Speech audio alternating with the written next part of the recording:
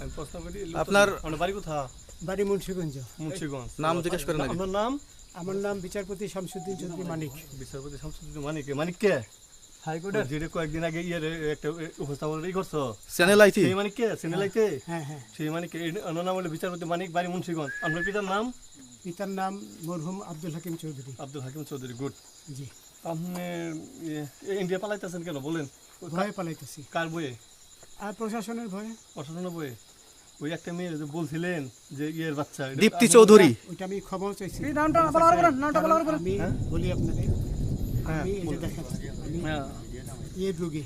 কিসের? আমি তো কত রুগী নেই, মিডিয়াতে তো খুব সুন্দর। আচ্ছা আচ্ছা শোনেন শাইন স্টাফ একটু স্লো।